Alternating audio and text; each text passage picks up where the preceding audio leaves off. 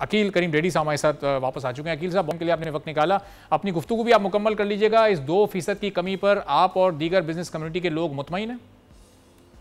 जाहिर बात है कि हमारी तो ख्वाहिश तो यही थी कि ज्यादा इंटरेस्ट रेट गिराने के चांसेस थे, लेकिन 2% भी सफिशिएंट है, क्योंकि उमूमन क्योंकि अभी IMF का पैकेज भी हमने लेना है तो एहतियात की होगी इन्होंने।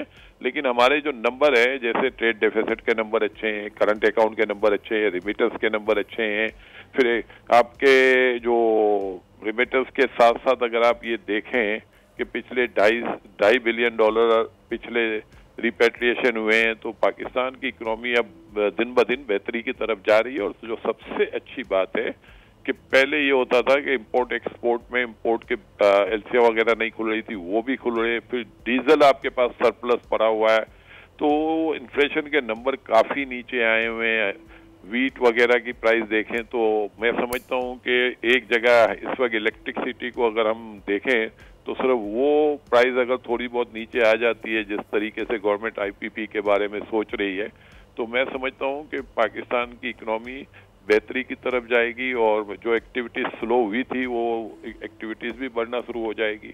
तो इस वक्त सिचुएशन तो काफी बेहतर है, क्योंकि 2% इंटरेस्ट रेट का मतलब 17.5% पे हम आ चुके हैं और आगे भी ऐसे लगता नहीं है कि इन्फ्लेशन के नंबर अब बढ़ना शुरू हो जाएं। और जो सबसे बड़ी बात है जो इस वक्त कि आपकी इकोनॉमी के लिए कि आपका रुपी स्ट्रांग हो गया है, और रुपी स्ट्रांग होने के बावजूद भी आप अगर डॉलर वगैरह को देखें प्राइवेट सेक्टर से भी, तो स्टेट बैंक ने $7-8 बिलियन खरीदे हैं और उनको आसानी से मिल गए हैं। उसके बाद भी आपके रुपी मतलब स्ट्रॉन्ग ही हुआ है। अकील साहब, इंडस्ट्री का रिवाइवल इसका बहुत इंपॉर्टेंट है ना। इंडस्ट्री चूंकि इंडस्ट्रियलिस्ट के लिए भी बहुत हालात मुश्किल हैं, इंडस्ट्री सुकड़ती जा रही है, चूंकि जिस तरह से एक्सपोर्टर्स पर टैक्सेस वगैरह लगाए गए थे, नॉर्मल रिजीम में उनको लेकर आया गया, तो इंडस्ट्री को अगर रिवाइव करना है तो अगर मैक्सिमम रिलीफ उनको दिया जाता 4 या 5% की सूरत में, तो वो ज्यादा बेहतर होता, ज्यादा इकोनॉमिक एक्टिविटी जनरेट होती। रिलीफ आपको आगे मिलेगा, क्योंकि आपके इन्फ्लेशन के नंबर से इंटरेस्ट रेट को देखा जाता है और इन्फ्लेशन के नंबर आने वाले दिनों में फर्दर नीचे ही आएंगे। अच्छा। तो आपकी मॉनेटरी पॉलिसी 2 महीने बाद फिर होगी, तो उसमें आप 2-2.5% का और कट देख सकते हैं।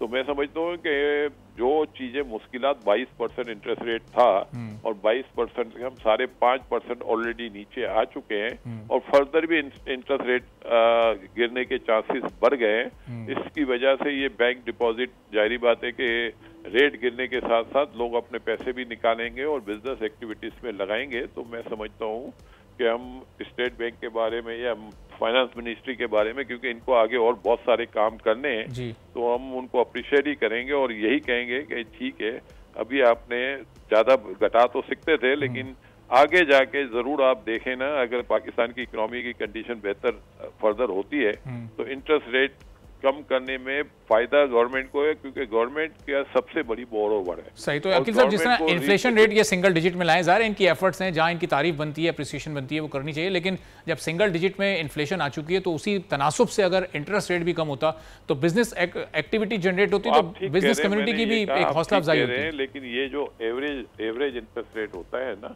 उनको भी देखना होता है कि जो 20% भी था, 18 भी था, 16 भी था, 12 भी था, तो आज जो लास्ट इन्फ्लेशन को हम नहीं ले सकते, हम अगले 6 महीने की एवरेज देते हैं या साल की एवरेज देते हैं।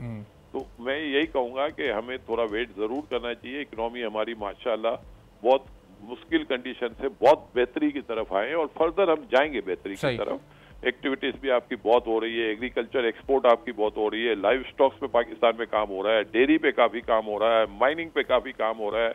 तो इंशाल्लाह ताला उम्मीद है बेहतरी की तरफ हम जाएं। सब्सक्राइब करें और बेल दबाएं ताकि कोई खबर रह न जाए।